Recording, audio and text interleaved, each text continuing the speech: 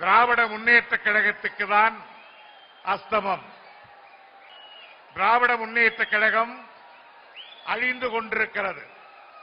திராவிட முன்னேற்ற கழகம் புதைக்குழிக்கு போய் கொண்டிருக்கிறது.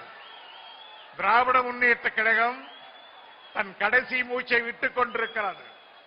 இனி திராவிட முன்னேற்ற கழகத்துக்கு உயிர் வர வாய்ப்பில்லை. சுருக்கமாக சொன்னால் அது செத்து போன பிணம் என்று அந்த பத்திரிகையிலே குறிப்பிட்டிருந்தார்கள்.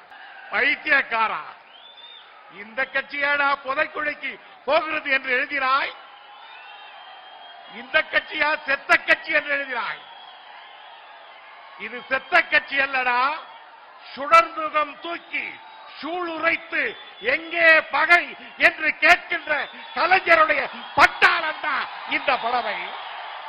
ஏய்